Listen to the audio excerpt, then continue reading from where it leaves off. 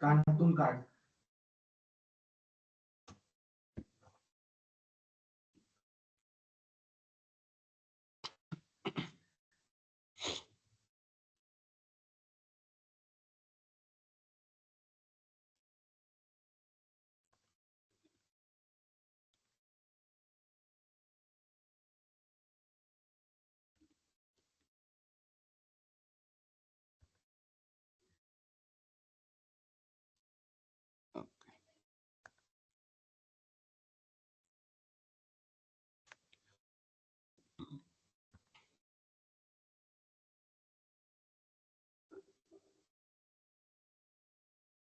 Okay, things are not working a little bit as expected, but we'll start.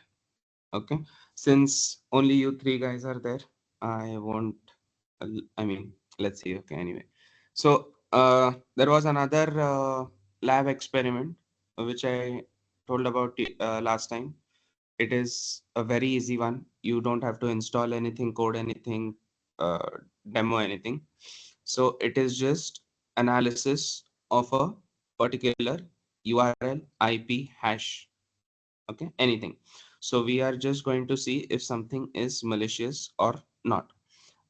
Once the manual comes is ready, I will explain it to you as per it. But in general, to give you an idea, I'll just show you.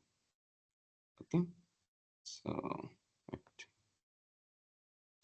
so there are two websites. There are definitely more than this.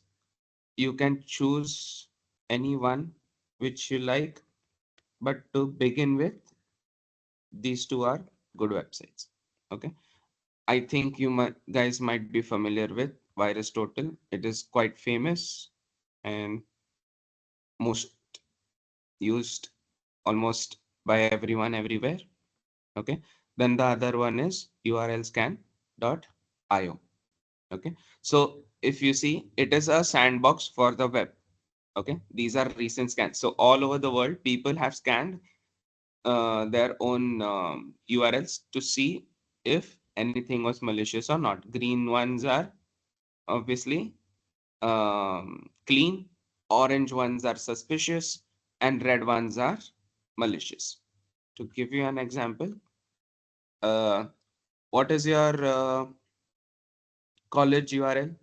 The main host URL?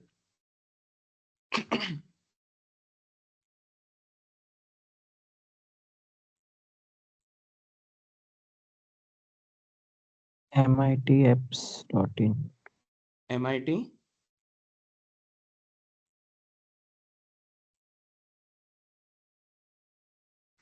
Apps.in. apps Yes, sir. dot in. Okay, scan it. Couldn't resolve domain, could not be resolved to a valid IPv4 IPv6 address. Something is wrong. Okay, so even this error you can get, which is sometimes valid, sometimes not. Let's take another one. I think something is wrong with the domain. Maybe you want to check. Sir, it's Let's MIT Apps APPS. ads. Okay, never mind. Let's try.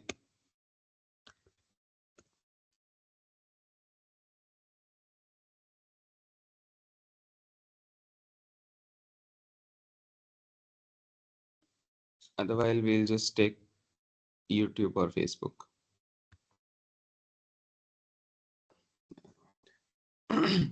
Okay. So why don't you hacker center one site? Okay, sure. What's the? Is it Hacker Central continuous?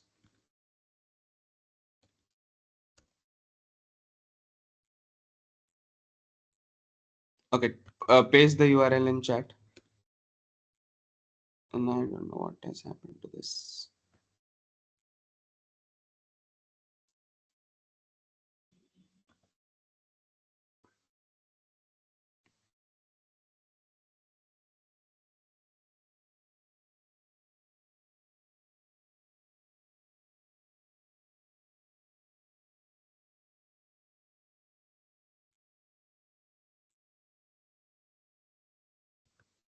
Paste the Hacker Central URL in chat. Until then, I'll try. Not sure why this isn't working.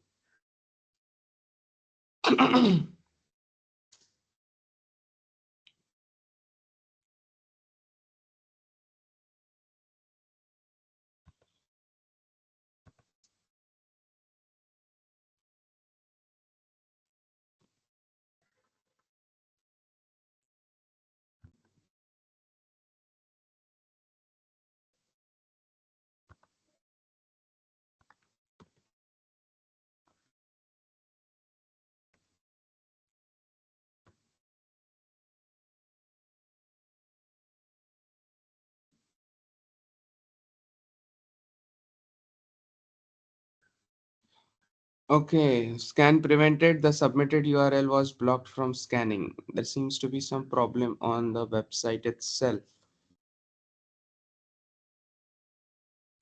Anyway, let's check it here then.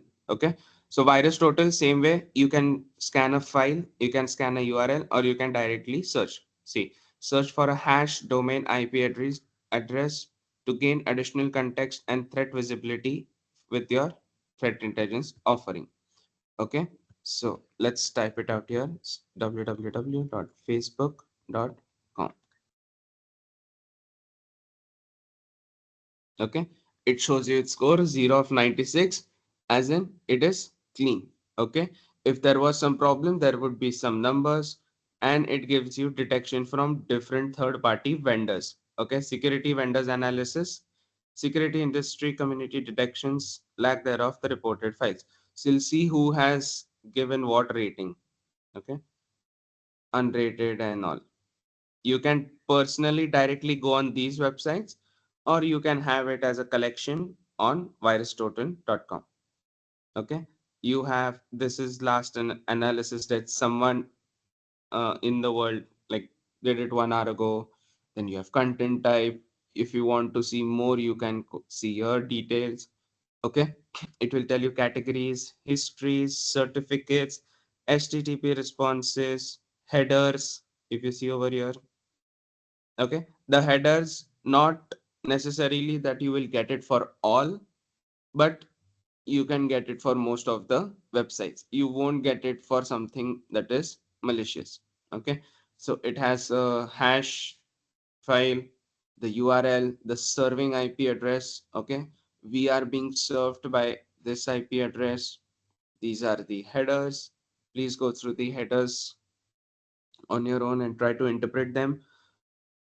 Obviously, not each and every header is necessary to be known of, but most of them, for example, this X frame options, X content types, cache control, these are important ones. Okay, so try um, learning or studying about them. Okay, HTML info, cookies, reflection chain. What is a reflection chain? List of all directions until the final URL study is reached. Okay, so redirections of the URL. Then there is certificates are also shown. Again, not necessary. Sorry. Again, not necessarily that it will be shown for all, but most of it can be seen. Okay, you have associations. Okay,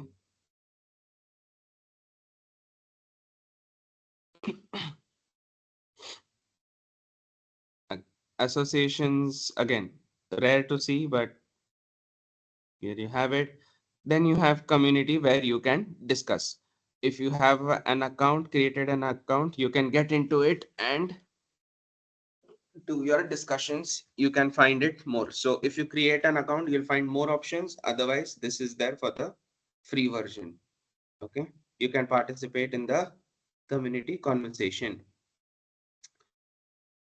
I don't know why this is not working. Hackercentral.in. Thank you. Let's try.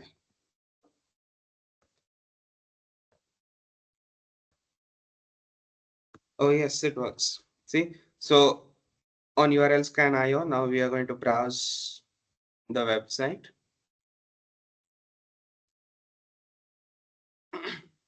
See, so as you can see here, it's from India, IP is from India, it's a public scan.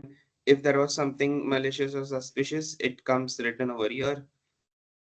Then the submission and the URL. So here you generally get what URL you submitted, and then you have the subjected URL, like how it is shown here. Generally, it will be shown as final URL. Final URL as in if there is any redirection, if the URL has changed, or कभी कभी bit.ly URLs आती हैं, which is the shorter version created by Google. Those URLs are also then opened up, and the original version is shown over here. Okay, here you get the summary. So this website contacted 3 IPs in 2 countries across 3 domains to perform 47 HTTP transactions. The main IP is here from New Delhi, India. It belongs to this internet service provider. The main domain is so and so. We have the certificates. Okay, then there is other information, that is detected technologies. You have page statistics. Okay, this is how the page is shown. You have a screenshot. You can go further to see over here what kind of HTTP requests were sent, what third party resources you get on it. Okay, those file size, MIME type, we have learned about it. Okay, you can see the different types of MIME protocol. Okay, the what kind of content, what kind of data we have documents, we have style sheets, we have images and all. Okay, if there are any redirects, we don't have any. These are the links. Okay, so Hacker Central is on LinkedIn, so we have that one. We have one on YouTube, academy.offdev. Okay, so we have, so for example, if your Aadhaar card, okay, you use it for your bank transactions, let's say you use it on Facebook, let's say you use it on Hacker Central and somewhere, and if I scan your Aadhaar card, it should come over here, okay, in the outgoing link. So where your um information URL was found, okay, or where um it is going, like you see here, these are the links going to different origins than the main page. All those links will come again. So sometimes it happens that the malicious URL redirects you to a different server, right? It takes you from www.abc.com to www.xyz.com. So that outgoing link will be shown here. So keep, I mean, this parameter is also important to check. Okay, 1 2 3 4 5 6. Again, there are parameters like behavior indicators, similar DOM. Okay, I think till indicators we are good. Okay, you can skip these. The last 4 you can use for your personal research. We are good till indicators. Okay, so indicate, this is a term in the security industry to describe indicators such as IPs, domain hashes. This does not imply that any of these indicates malicious activity. So if you see, okay, yeah, fonts this, then we have the IPs associated with it. Our IP is this one.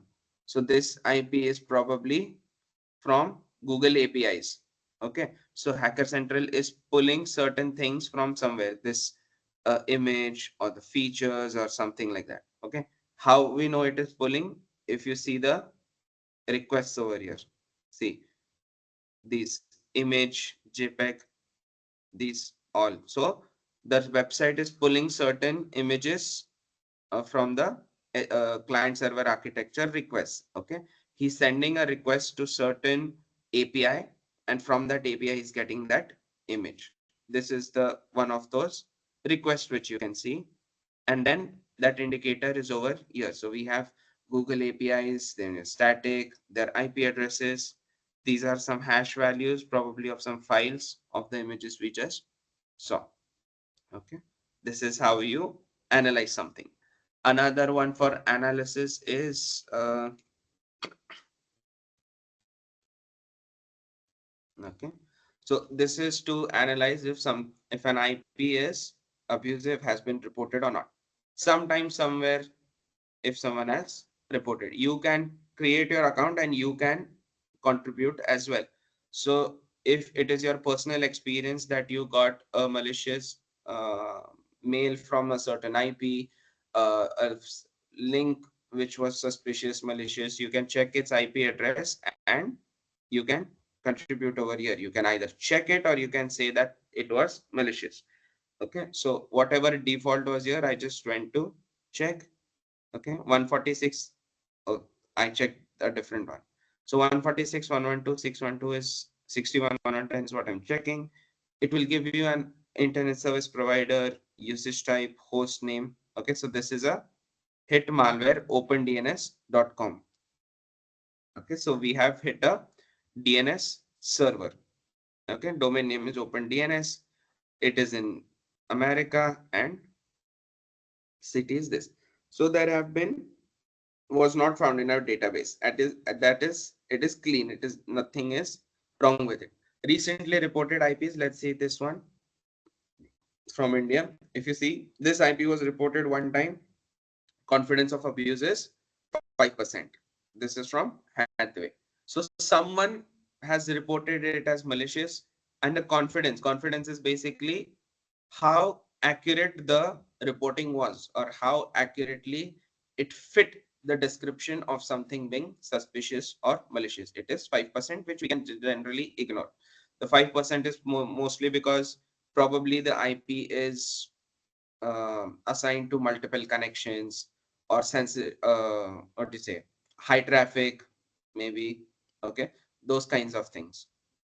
Somebody might have reported just because it took them to a suspicious website.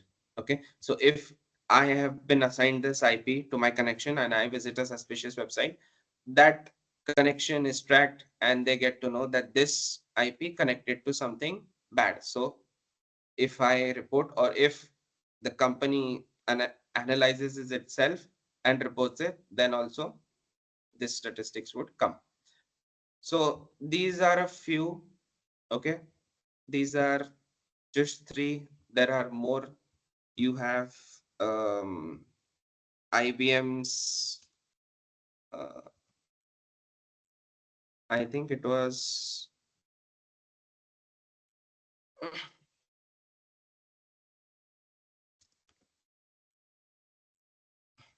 Yes, this was X-Force. Okay, so enter as a guest. Okay, this is another website where you can check things. See, search for an application name, IP address, vulnerability, anything which you want to check if something is suspicious or malicious. Okay, if you're not sure whether we want to uh, visit it. Okay, you have malicious activities in the last 1 hour. You have vulnerabilities also.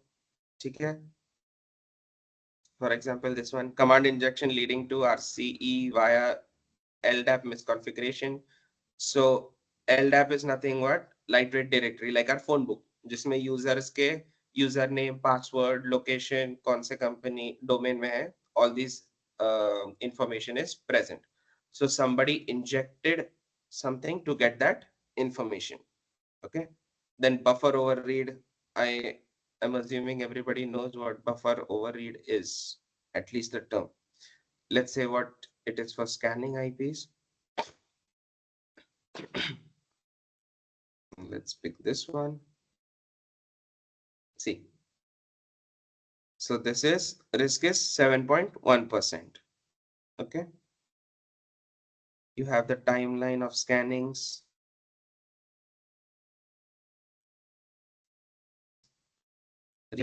Locations of where the IPs were, passive scannings. Okay, all this is self-study. Learn what those terms are. Okay, for our purposes, uh, lab-wise, one urlscan.io, two virus total, and three abuse IP. Okay, database. These three are important. Anything else, go ahead, your choice. Okay, so another one which I was going to show you is ठीक है. This is another widely used third party website. ठीक है. So enter domain name or IP address. So let's check Hacker Central. Where was it?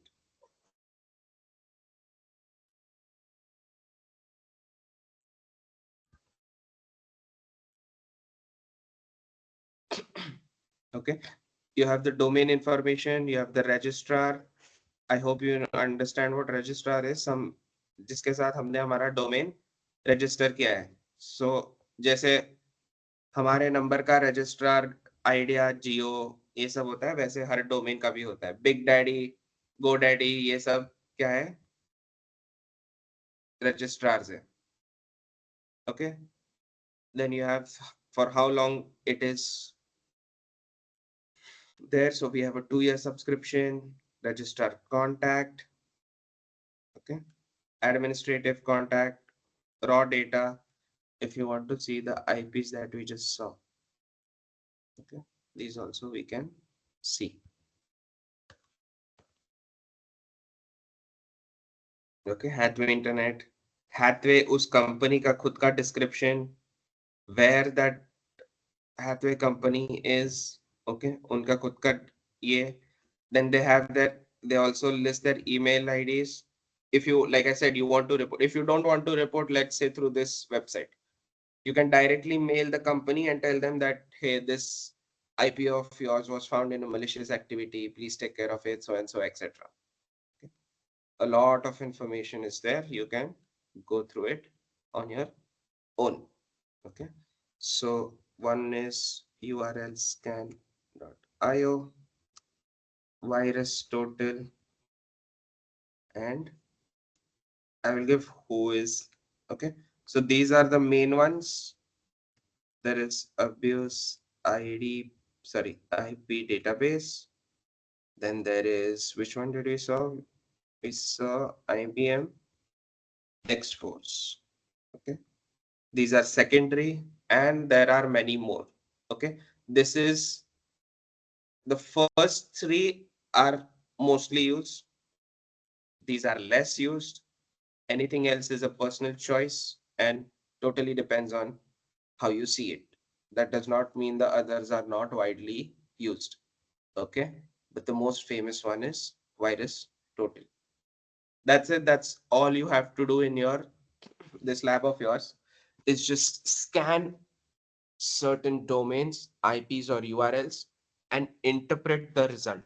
Okay, interpreting the result means interpreting what its summary is, what its HTTP redirects are, links are, okay, what it does, what it can do, what, whether it is malicious or not. If you have a different sandbox for actually running the URL, you should do that. Go ahead. I don't. I was trying to get you that only. That's why I had the problem with the connection. I was trying to get the virtual machine running so that I could show, but that is not possible. So I would suggest Google it, Google sandboxes. Okay, just go here, just go sandboxes and try it out. See, experiment with this sand, what is sandbox. And so if you want a direct name, okay, this first link, okay. So this is a online sandbox. You upload your file, whatever file it is, malware file it is, and you check it. Okay, again on Google you will get malicious files as well for sampling as test data. Okay, so you can sample those as well, you can execute, run those as well. Please make sure that you don't run it on your PC. Okay, never left click, right click से जो भी करना है, otherwise if you have a spare machine you can. Okay, so these are some of the analysis tools or examples. Okay, with this, we are done with our third lab. Okay, back to your units. So we are on the last unit. Okay, socket API. I took a little bit of it in the previous unit, because I was showing you, I wanted to show you this example. I accidentally showed you the client server way, but it is the same thing. Okay, it's just another name, UDP Echo Server, and client server example that I showed you in the Python code, it is one and the same. Okay, it's just that the client sends a message to the server, and the server echoes it back. Okay, that's the only thing. Okay, so I will show it to you again. We have it over here somewhere in the portion, but it's the same thing. Okay, so what we have in this unit is we have socket APIs again.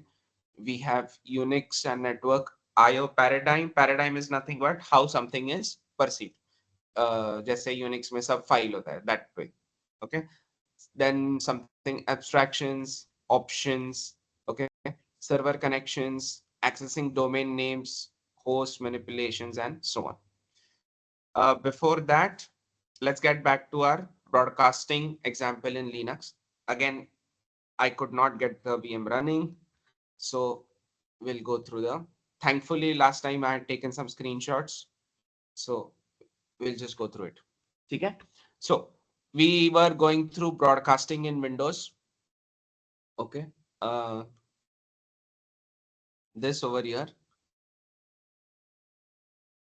You can pause the video when you are seeing and check it out. Okay, so broadcasting is nothing but sending one message to many clients. Okay, one person is speaking, others are listening. Abhi jo chal raha hai, this is broadcasting. Radio is an example of broadcasting. Okay, so it is one to many. One to one ka example is our phone call or someone talking on the walkie talkie. Okay, that communication is one to one, that is unicast. This is broadcasting. Now, how is broadcasting done in Linux? So there is a syntax, okay, which is wall. The command is wall. Send messages to logged in users using the wall command. This only applies to users who are logged in via a terminal window using an SSH client such as Putty. Okay, so if you don't want to SSH via the terminal, you can SSH via Putty. It's an application on the Windows machine. Okay, so wall is the command. You have wall, you have options, and you either can send a file to everyone or a message. So for example, wall, the system will be shutting down at this for maintenance. Apologies for any inconvenience caused. So you set wall and the message you want to send. So the broadcast message from root at this Ubuntu so and so, the system will be shutting, and this is the message. Now this has come over here because I am the root person who is sending it. This will also come to users who are logged in into that session in my network. Okay, so sorry for not showing it to you. Okay. But what happens is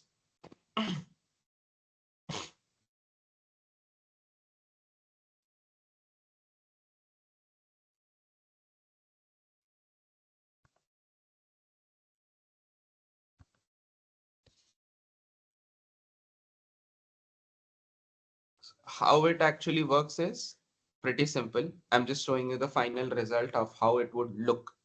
Okay, so this is your main admin. Let's say you are in a cyber cafe. Okay, these are machines. And it says wall. So you are in the terminal and you type wall and you say hi, okay, in quotes, because that's how the message will send. So as you see over here, okay, it says root as in I am the admin, and it says broadcast message. So the message was sent. This is a successful display or notification of the message sent. And what was the actual message sent? It will be shown to you as well. So you see the message hi, and a hi message is sent to all. Okay, this notification, this broadcast message from root Ubuntu is also seen by all. Okay, everybody gets to know ki message kisse aaya hai, which is root at Ubuntu. Okay, this is a name that you have set. You can set your own name as well. So that's how the message goes to everyone. Okay, so the command is wall. You can even use a file to send the message. So wall sample message dot text. Oh, okay. I have another screenshot. So see, so this was the root.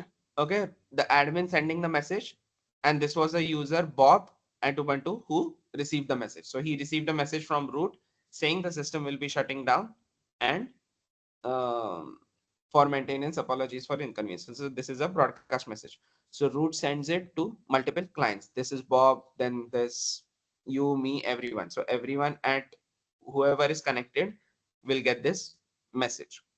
Okay. So the broadcasting command is wall. In Windows,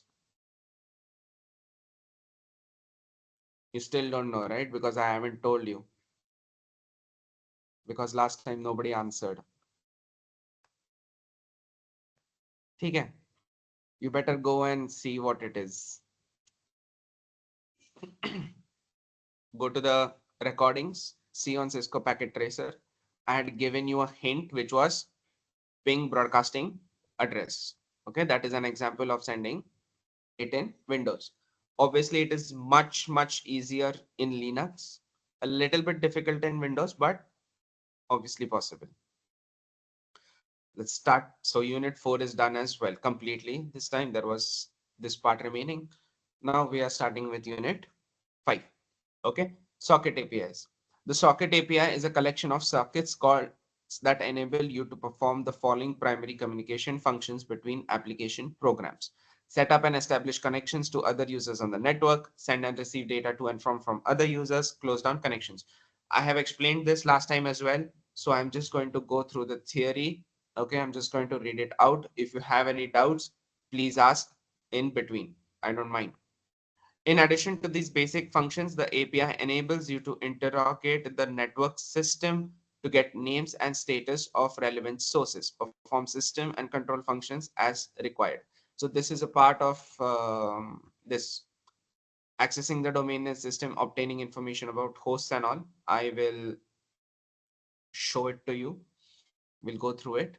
But again, if things don't work like I was trying to with the virtual machine, I'll just show you probably on the internet, or I have the code pasted in the PPT. I'll just explain it over there.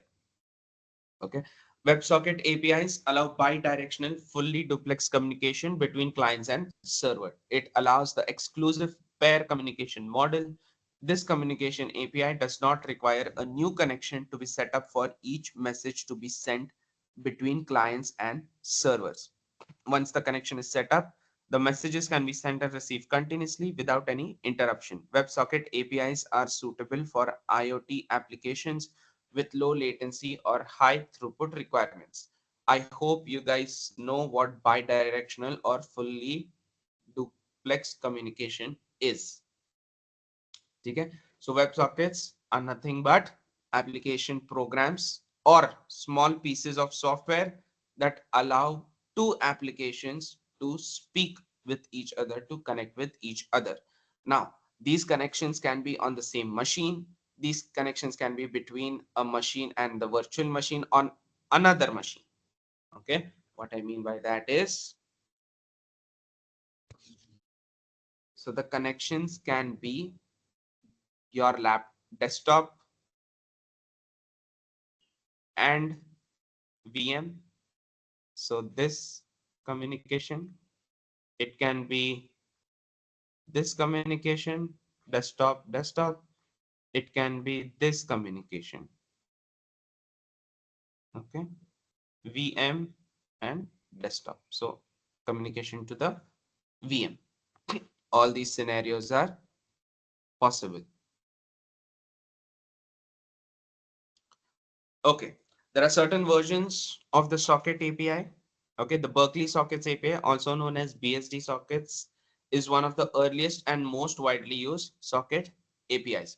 It originated APIs, what we are using, for example, here, what we are using Python socket library. This is what a version of API only. Okay, this is a version of socket API. Nothing different. It's the same thing.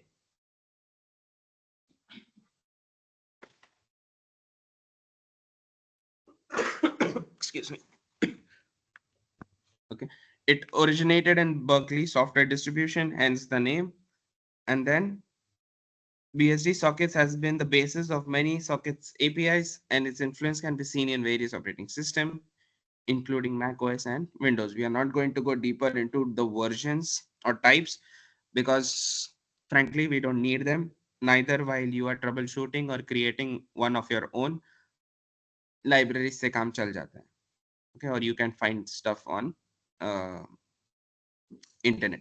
So the only issue might come while compatibility or based on the operating system, the machine that you have. That time you might have to search which version of socket will work for you. But a simple Google search will help you do that. Okay, you don't need to go deeper into these APIs. POSIX Socket API. Okay, it stands for Portable Operating System Interface. Standardize the interface between application and the operating system, including networking. So these sockets APIs is based on Berkeley Sockets API and provides a standardized way for application to use sockets across different Unix like operating system. Unix has flavors, right?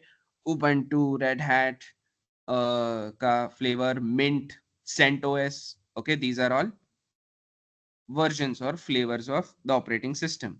Okay, so POSIX sockets API is like a socket which will work on all. It will work on CentOS, it will work on MintOS, it will work on Ubuntu OS.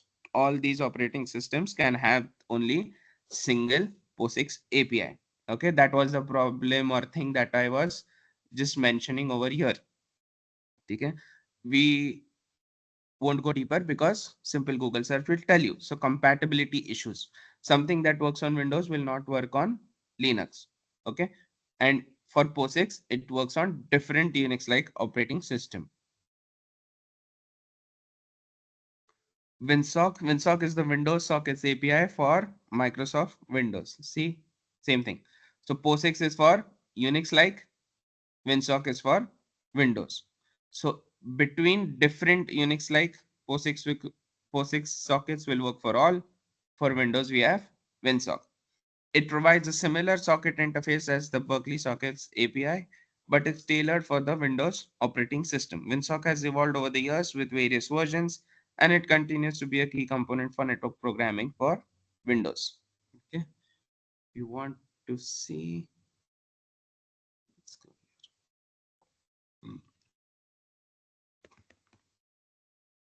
Okay, you can learn it over here. You have YouTube videos also and so on. Again, not our primary concern, but definitely something you can check it out. High-level programming languages often have their own socket APIs or libraries that provide socket functionality. For example, Python has the socket module, Java has java.net package, and C# has systems.net.socket namespace. We have what? Python socket, just the name. That's it. Import socket and everything is there. The APIs, the functions, the definitions, who does what is all there. Then socket API and networking libraries. So networking libraries like the BSD socket API may have variations or extensions based on operating system. For example, Linux has the socket, bind, listen, accept, etc. system calls for networking, and these are part of the kernel level API. Different will have different. Okay, so in Linux, okay, for these you have seen in Python also. You have socket, you have bind, you have listen, accept. Accept is to handle the client connections. Listen is you're telling the server to continuously listen for connections. Bind is you are binding the server with a particular IP address so that it starts running and accepting client communications. Okay. Then you have the socket. This is all kernel level API. Where does the kernel come?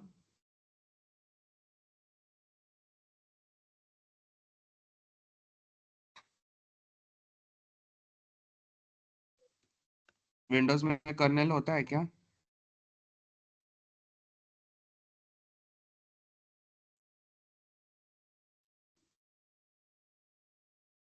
I hope you all have seen. Next, Unix input output paradigms. Paradigms is nothing but how certain things are, how things in that domain are perceived. So Unix input output paradigms in the sense Unix world में input output कैसे देखा जाता है? Okay, how the machine interprets input output in Unix. Okay, so it dictates that everything is a file. Okay, devices, processes, even network sockets are considered as files. Uniform IO operations interface.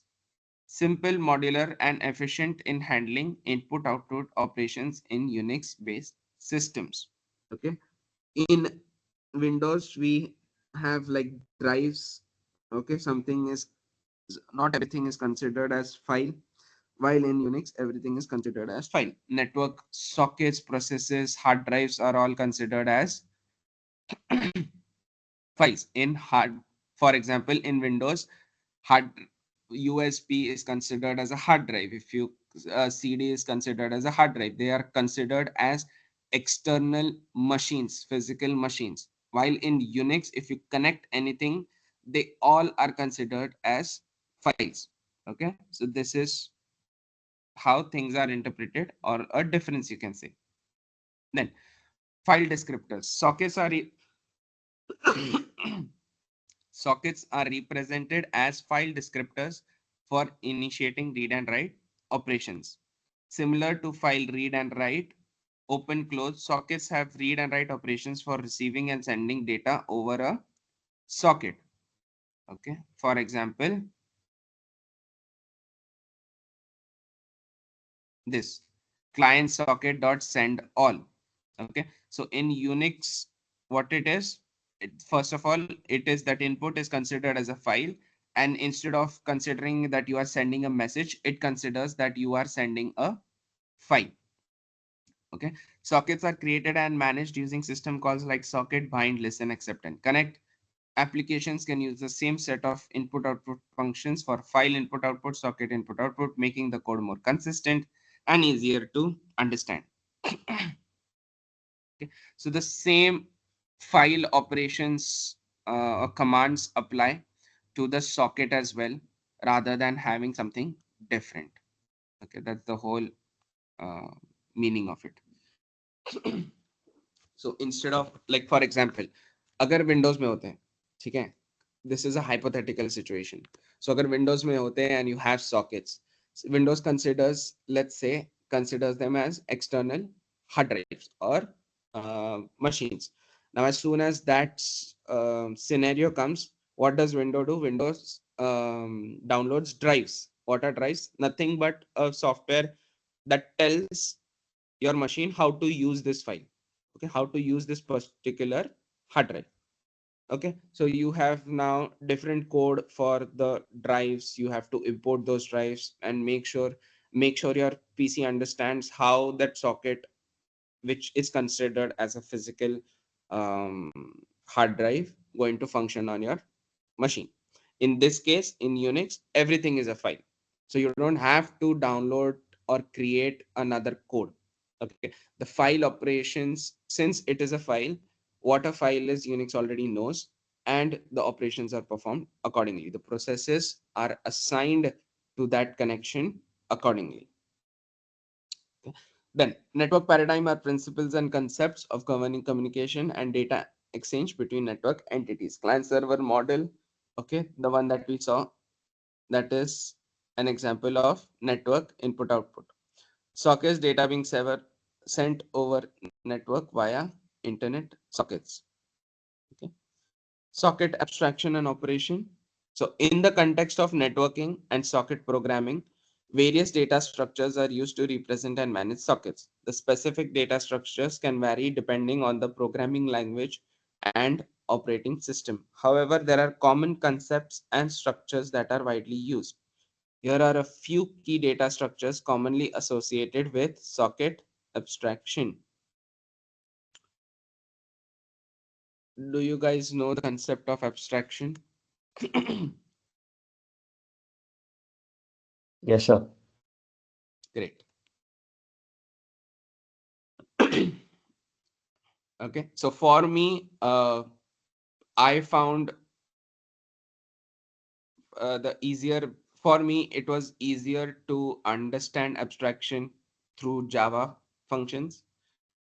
If you have any other preference, please go through it. Otherwise, you can just search what is abstraction in Java. Okay.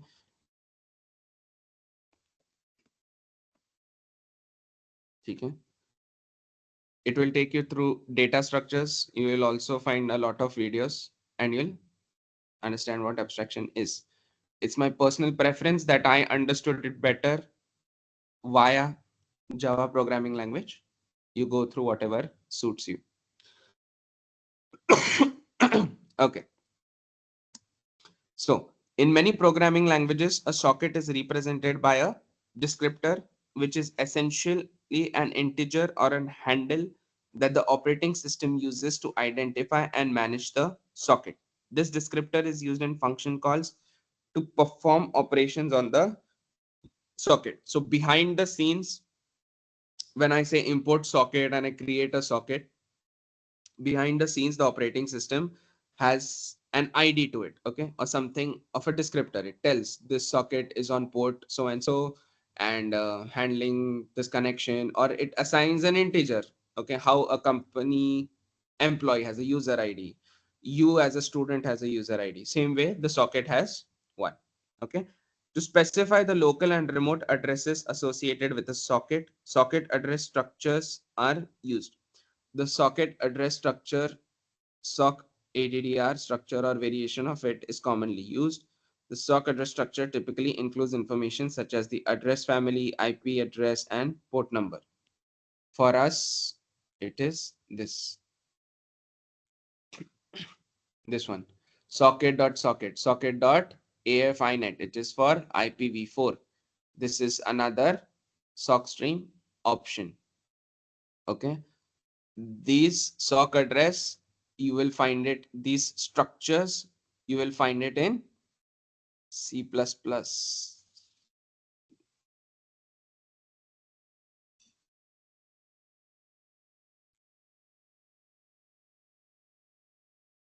Okay. So this is a structure. SA family, SYN family, address family, AF.NET. In Python, it is socket.af.net. Here it is a structure and you define it in the structure. You define the port number, the what the address is, and so on. Okay. It's just that depends on what language you are using, but you will have a structure where the address will be specified. In languages like C, when using functions like select or poll for handling multiple sockets simultaneously, an FT set is often used. It is a data structure that represents a set of file descriptors, including socket descriptors, and is used to specify which sockets are ready for reading, writing, or having encounter errors. For us, it is again client socket.receive, send all, and so on. Okay.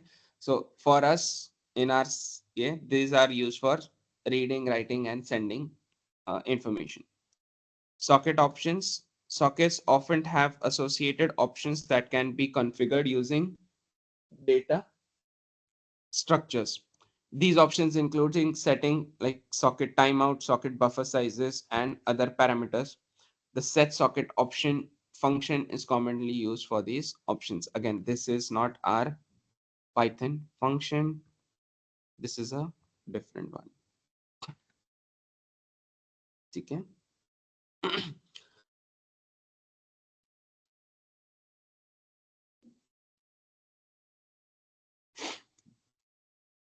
Set the option specified by the option name argument. Okay, I will show you a reference here for us. Again, these are nothing but options only. Okay, although they are primary parameters that are set, but you can consider them as options as well. Okay. Another better example, I would say, I think I had it somewhere. Yeah. So this is, I'll give it to you. This is a reference.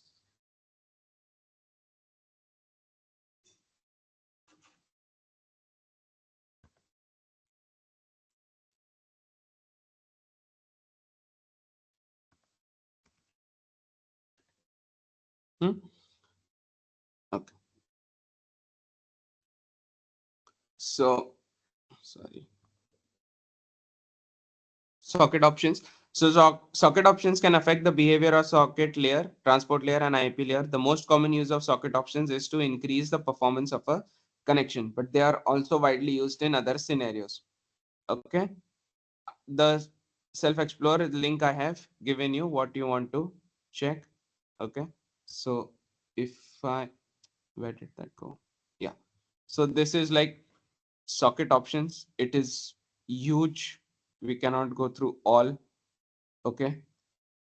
Okay, I don't recommend you going through it all also, but like I would say something up to, yeah, this something up to these options. Okay. So it's not much, but I think till here you are good. A few options here and there, and you are good to go. Okay. We cannot go through all. It's not possible and not recommended also. So getting and setting, let's go through it. Getting and setting options for a given socket are performed through two functions. So getting socket option and setting socket option. These functions provide a single interface for getting and setting variety of options using a number of different structures. This is in C. What my code is in Python. It will obviously be different for setting options. Okay. I haven't set in them, like I said, this the parameters, this one previously where I am specifying the IP address and sock stream. These are options telling the socket how to behave. Okay. But there are other which have a wider function and better suited to be options. Okay. So all socket options require that the application specify where it is to be applied. So we have sole socket description is we are putting it in the sockets layer. Sockets layer would come somewhere in the data 2 layer, which is link layer. Okay. The prefix is SO. Then we have this for transport layer and this for IP layer. Okay. TCP IP. So all these sockets are used for different layers for options to tell them how to behave. Okay. The option name is defined by op name and some of the options are here. So SO broadcast permits transmit of broadcasting datagrams. This is on which level? SO, which is sockets layer. So if you say this in an option, okay, it tells that the socket permits broadcasting of datagram. So basically, to give you an example, is something like your example. What I've written socket and given an option. So I'll just create a socket dot socket, and then say what so underscore what was the okay broadcast so underscore broadcast. So what my code or interpretation does is the PC socket library may say you create a socket and you give that socket an option. So this is library dot creating socket and option. So now what it does is I have one PC and I have another PC. For communication, it creates a socket in it. Okay, it creates a plug. It creates a plug over here. And for this plug, it gives the option of broadcasting. It means that any message sent with this is permitted for broadcasting. So messages sent from here can go to 1, 2, 3, I'm broadcasting, right? So how many ever are connected to this socket will receive that message since it is a broadcast. Okay, so that's how you can manipulate sockets with options. Then we have debugging, something which an network administrator needs. Error, retrieve the current socket error. So right now I don't have anything. Okay, if there is an error over here anywhere, I don't get the error message in the socket. So while creating socket, agar koi error aata hai, तो I am not going to get it. I don't know it because I haven't included the option of SO underscore error. Okay, the errors that I get, I will be getting for the logic. For example, this one failed to connect to the server.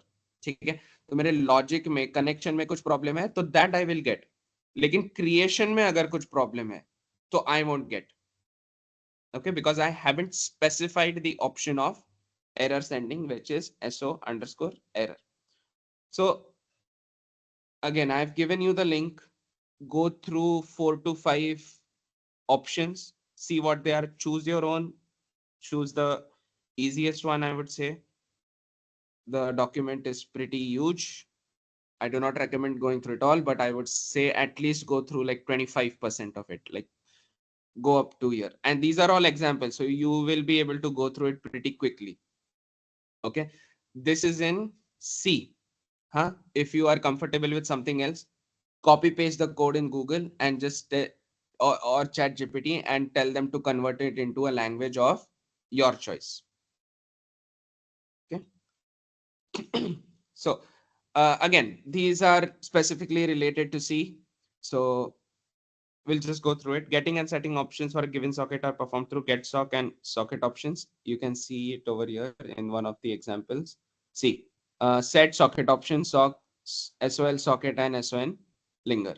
Okay, so get socket and socket options are used to setting options.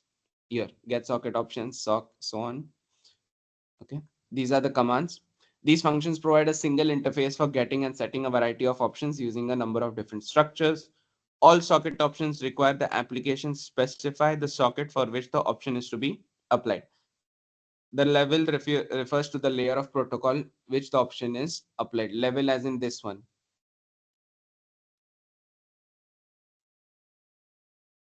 Which layer you want to apply? You want to apply to the data link layer where the sockets are created, sockets layer. You want it on the connection layer, the TCP layer, or you want it on the IP network layer where the IPs for the connection are determined and defined. The same thing I have just pasted. Okay, so set socket options.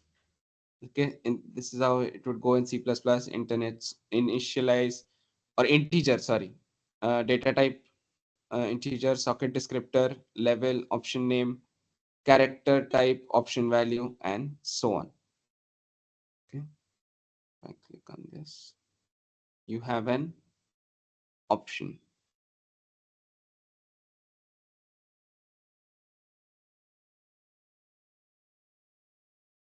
I will send this document as well. The explanation is in the document only. Okay, so there is a small code creating a UDP socket, broadcasting, and so, and the explanation is in the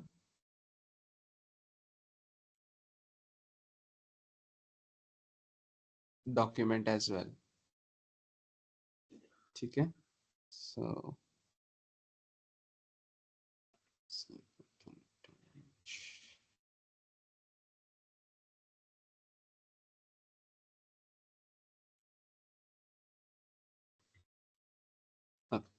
I don't have an option, so I'll send it over mail. Okay, I will mail you this document.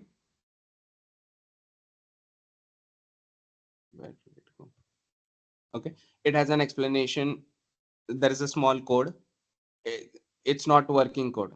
Okay, it's just a snippet of a code of one side. I think it is client. Create a UDP socket, enable so broadcasting.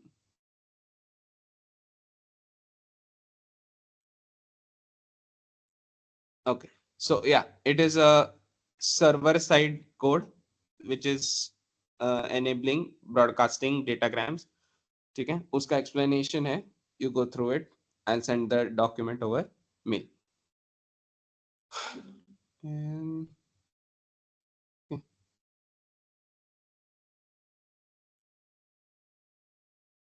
ठीक है, we'll finish it over here. We'll meet in 15 minutes. ठीक है, let's meet. It's a small A. Let's meet at 9:40. Okay, let's meet in 20 minutes. Okay, sir. Okay, thank you.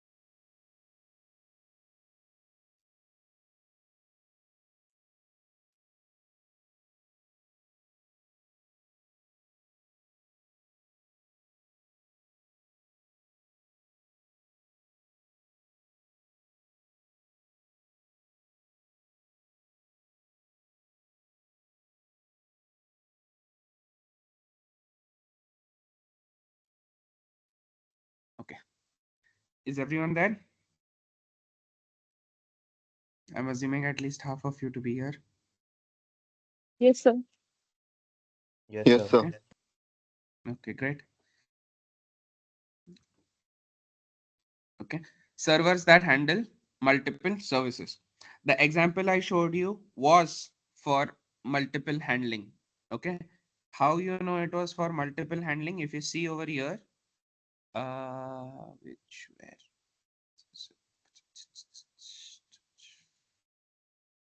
Where did it go? This threading. Create a new thread to handle the client. So every client connection will get a new thread. Okay. So see, client thread is a variable which is going to His threading key dot is not thread. visible. Okay.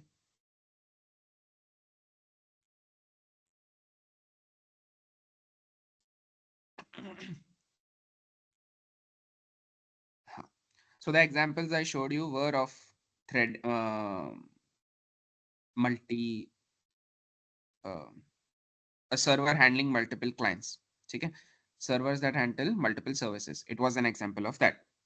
So you have a variable and it's saying threading dot thread. Okay, so threading is the library you can say, and in that there is a function thread which creates a new thread to handle the client. Now target is equal to handle client. Handle client is nothing but the function. If you see, okay, it is definition handle client, and so when the thread is created, it will point out to the function that it is going to handle or execute. So handle client is the function that that server thread will use. Okay, will execute this handle client client socket this.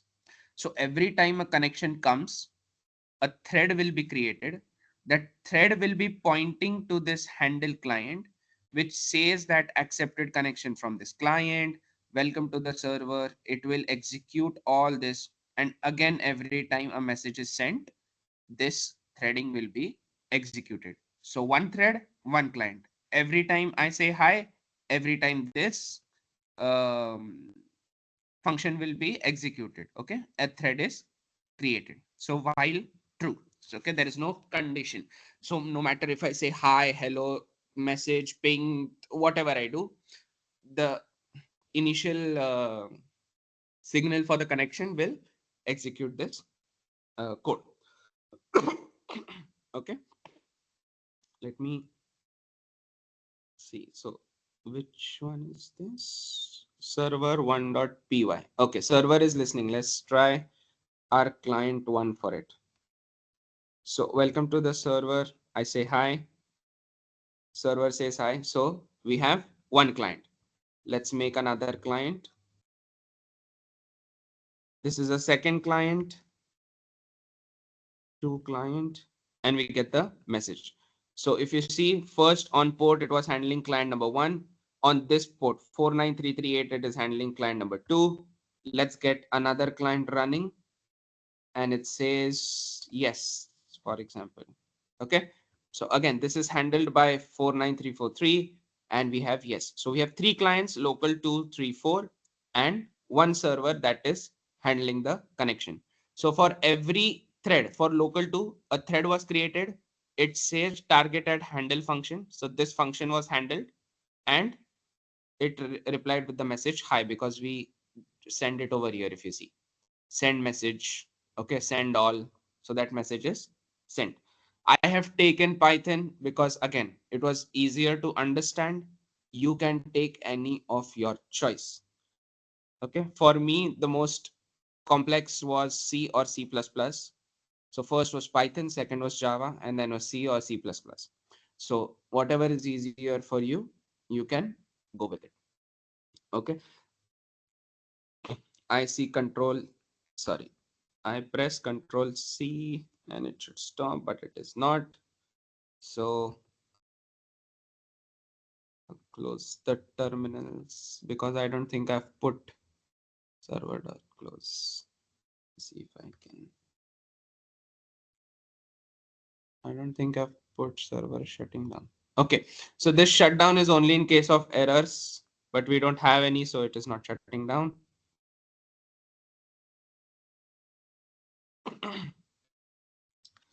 Okay, so this was multiple. I will show you another example of multiple clients being handled by the server. So now instead of having multiple terminals and sending one message, I will send it through one client only, and that client is generating multiple threads for the connection. So server 2 and then client 2, and see if you see this. So now I don't need multiple terminals, multiple what do you say? Okay, multiple PCs or something. That one terminal, one client is generating multiple clients via thread. Okay, so see, client 3 was connected to 145, all were connected, then all received message, and they were disconnected as well, and all clients have finished their communication. Okay, that is how this worked. You can see it over here. To give you a representation, so first how it was, first there is a server.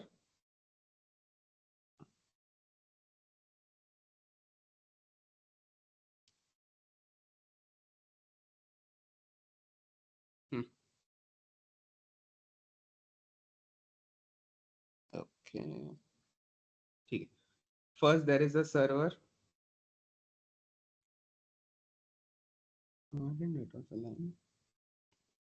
And we had, I was opening multiple clients. Okay, so one connection, one client, local 2, local 3, local 4. This was the first example. In second example, what happened? We had a server and one local, and there were multiple connections from this local only, 4 and 5. These are nothing but threads. And we have connection 1, connection 2, connection 3, connection 4, connection 5. Okay, this is the second scenario, and this is the first, where each instance was connecting with one thread to the server. So the server was handling multiple threads. Here, there was one client, one server, and the connection of multiple clients was done through multiple threads. Okay, this is the scenario. So scenario 1 was the above one, scenario 2 is the bottom one, but both represent the same thing, which is servers handling multiple clients. Okay. In previous recording, I had paused the video on these codes, so you can go through them. You can again go through the recording. Otherwise, okay, what I'll do is I'll just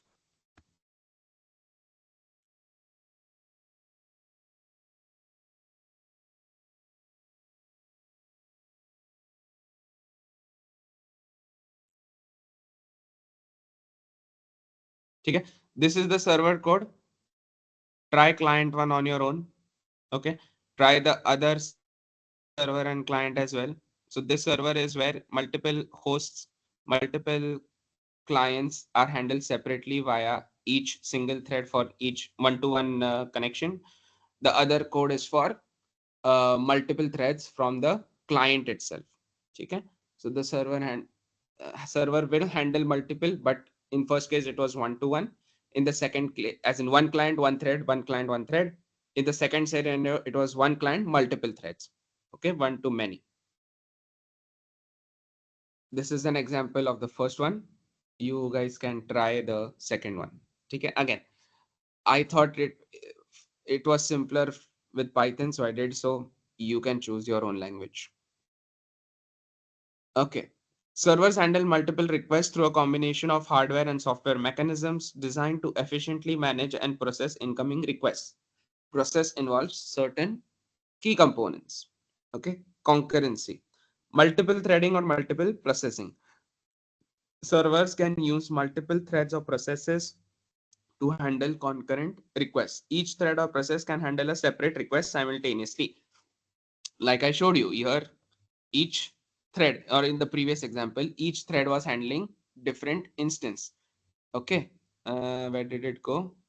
Here, client thread threading dot thread target is equal to handle client. For each thread goes back to this function of handling client. So each client will get one thread.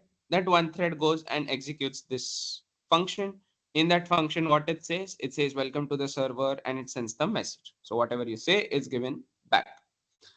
Asynchronous input output. Servers can use asynchronous programming techniques to handle multiple requests without blocking. This involves managing input output operations in a non-blocking manner, allowing the server to continue processing other requests while waiting for input output operations to complete. For example, here it did not see, it was asynchronous input output. If it was synchronous, it would be client 1 2 3 4 5. It would be client 1 2 3 4 5 disconnected. But is that how it has gone? No. The first one to connect was client 3, second was client 2, and then the client 1 was connected. It is because it is an asynchronous input output, so it does not wait for anything. जिसका पहले हो जाएगा उसको पहले service मिल जाएगी. First come first serve basis. Okay, the processing which is done first will be given the service first. Hence you can see that it is client 3 is first, then 2, then 1, then 5 4. And while disconnecting, it is, I think, the other way around. See, client 1 disconnected first क्योंकि उसका पहले हो गया, then 3 4 and 5 and so on. Okay, that is how multiple services or multiple clients are handled by it. This is an example of asynchronous input output and multi-threading. I just showed you the function where each thread handles each instance of an function. Thread pools. Servers often use thread pools to manage and reuse a pool of worker threads. Instead of creating a new thread for each incoming request, a server can assign an available thread from the thread pool to handle the request. This reduces the overhead associated with thread connection and destruction. So, abhi for example, client 3 disconnect ho gaya. Let's say there were many. Okay, there were more than one. So, what you do, like in this scenario, for example, once processing of C1 is done, that thread still exists. Okay, that thread is still there. So now these three are used. This one is pending. So if another connection comes, let's say C6, connection C6 comes, okay, from here to here, that connection will be given the original thread, which is the first one which was already created. Okay, so reusing can be done. In our code, it will be not. Okay, it won't be given for here. Why? Because it says while true, create a thread. So each connection will be given a new thread. The code will need to be changed if you want to use that first thread again. But again, this is not something that you would have to handle. जिसने वो server बनाया है, जिसने उस पे ये function available करके दिया है, ये फैसिलिटी दिया है, उसमें वो ऑलरेडी रहेगा. कहाँ पे रहेगा? कर्नल पे रहेगा. Okay, again I'm emphasizing that you guys go and see what kernel is. The code will be on the kernel, which tells the servers to how there is a thread pool and he needs to reuse it.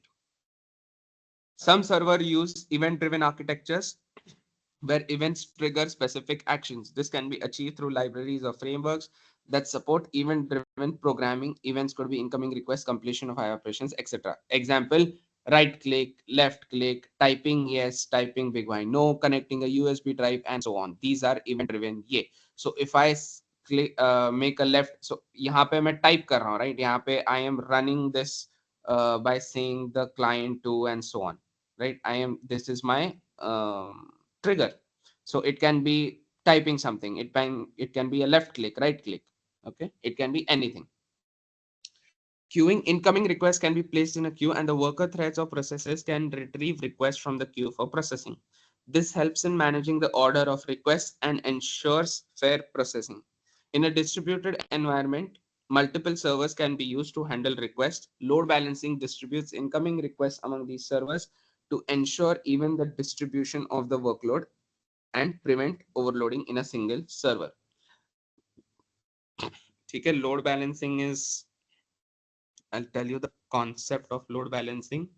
I think I told you before also, but again, in short, So there is a machine. Okay, this is a machine called load balancer. As the name suggests, its job is to balance the loads.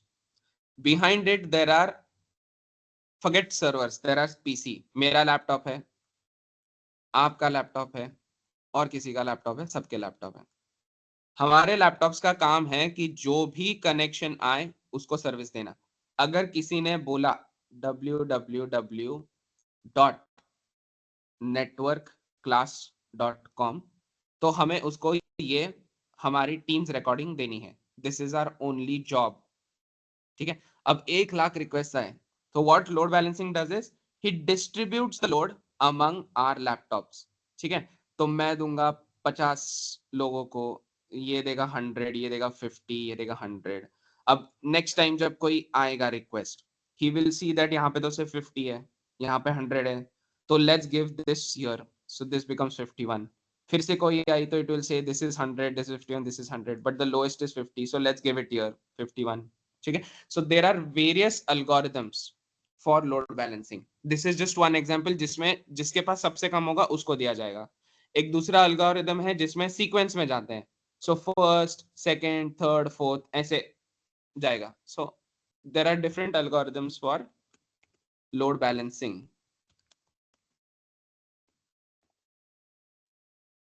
Forget AWS. See, static load balancing, round robin load balancing, then we have weighted round robin and so on. ठीक है. There are many for the load balancing, and that is exactly what these multiple servers will do. ठीक है. The servers which handle multiple services. Caching. Servers often use caching mechanisms to store and retrieve frequently requested data. This can help reduce the need for repeated processing of the same data and improves response time. Connection handling. Servers can use techniques like connection pooling to efficiently manage connections to databases or other external resources. This helps in avoiding the overhead of establishing and tearing down connections for each request. Algorithms, I just showed you how algorithms play a part. So there are hash tables, indexes, and etc. All this is done to optimize the ये कि वही thread reuse करेंगे. फिर जो algorithms मैंने बोले किसके पास कम load है उसको दो जो न्यू रिक्वेस्ट आ रही है, या फिर सीक्वेंस में दो, या फिर सीक्वेंस में दो लेकिन वेट भी कंसिडर करो, दोनों करो, तो weighted round robin. So all these are for handling those requests. Scalability. Horizontal and vertical scaling can be employed to handle increased loads. Okay. Sorry, just checking. Yeah. Increased loads. Horizontal scaling involves adding more servers, while vertical scaling involves increasing the resources, CPU, RAM of existing servers. In summary, handling multiple requests involves a combination of concurrency, efficient resource management, and scalability measures. The specific approach may vary depending on the server architecture, programming language, and the nature of application. Okay. This is the same thing. Okay. It's just that it is in a different language. Okay. But I mean, ठीक है. Java, import Java. So this code is in Java. Nothing that needs to be taught separately. You already know. ठीक है. Okay, we'll take this in the next lecture. ठीक है. Now, last time broadcasting वाली assignment दिया था in Cisco Packet Tracer. किस का हुआ है? सर मैंने ट्राई किया है. Okay. सो प्रेजेंट करके अभी दिखाओगे? Sure, go ahead. उससे पहले बाकी लोगों का कितना हुआ है, कितना आज अभी दिखा सकते हैं?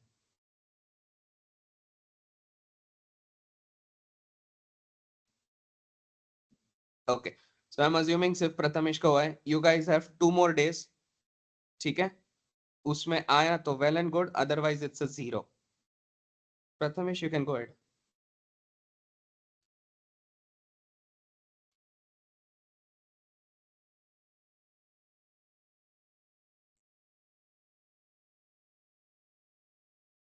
Sir,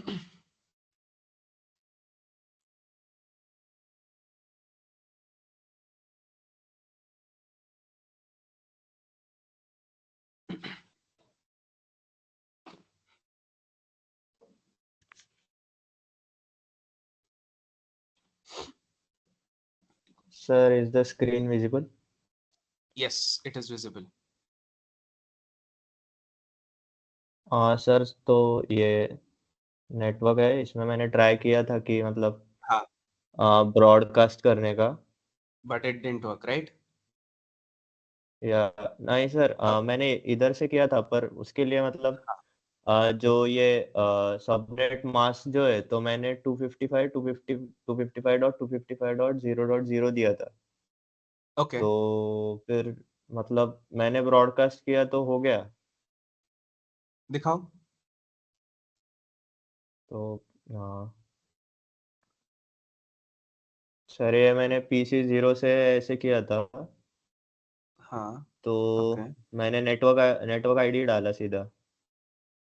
हाँ, नहीं, but 1.0 it ठीक है, इसको सिमुलेशन ऑन करो राइट में, और ऑप्शन है देखो नीचे मेन स्क्रीन पे। हाँ,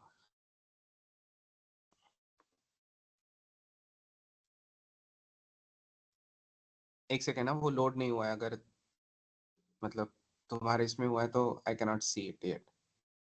सर मेरे इसमें भी नहीं हुआ है। करो फिर से क्लिक। ठीक है, रियल टाइम पे क्लिक करो और फिर से सिमुलेशन पे क्लिक करो।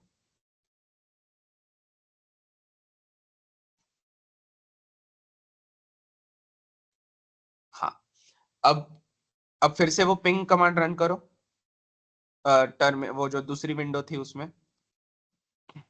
हाँ, सिर्फ अपर एरो की दबाओ, हो जाएगा। हाँ, क्लिक एंटर। हाँ, अब सिमुलेशन पे जाओ फिर से और वो प्ले बटन क्लिक करना। ये विंडो हटा दो। हाँ, ओके, फॉरवर्ड वाला बटन दबाओ।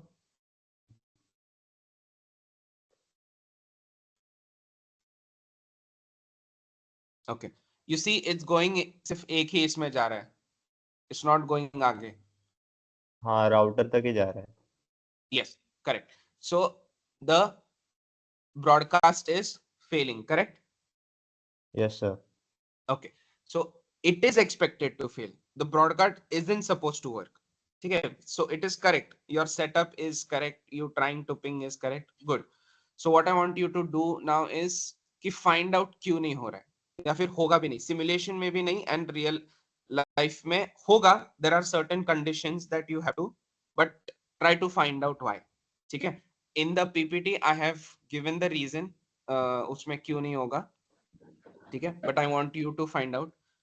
Best option is go to ChatGPT, उसको एक्सप्लेन करो तुम्हारा सेटअप कैसा है एंड टेल हिम। ठीक है, so there are two conditions, एक वो रियल लाइफ एग्जांपल में देगा, ठीक है, कि कौन से इसमें वर्क नहीं करेगा, like by default it isn't supposed to, and there are certain conditions where it will, और तुम्हें क्या करना चाहिए। एंड सिस्को पैकेट ट्रेसर में तो सिमुलेशन में भी नहीं काम करेगा, व्हाई नॉट।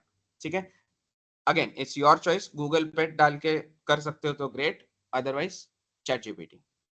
ओके, सर तो मतलब वो कमांड लाइन पे वॉल कमांड वगैरह डाला तो इस पे होगा क्या?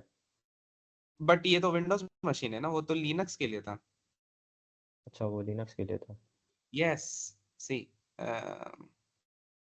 Okay, so the wall command is, I'll share mine. Thank you so much, Prathamesh. That was good. Yes sir. That's exactly what I was expecting.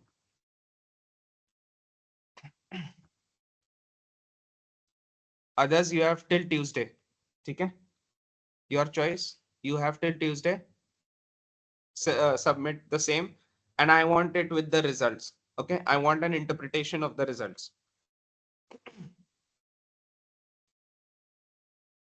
Prathamesh, for you, it's your, मतलब you are excused. ठीक है? But I would suggest कि तुम find out करो and see why it's not happening or it's not supposed to happen, या फिर it is blocked from happening. ठीक है? Yes sir. Yes. And wall command देखो यहाँ पे था वो, see, so wall command is for Linux, ठीक है, Unix systems, Linux system, it is for that. तो तुम उबंटू में डायरेक्ट अगर वॉल एंड वो मैसेज डालोगे तो वो एग्जीक्यूट हो जाएगा। You are working on Windows machines, ठीक है, सो इट वोंट वर्क।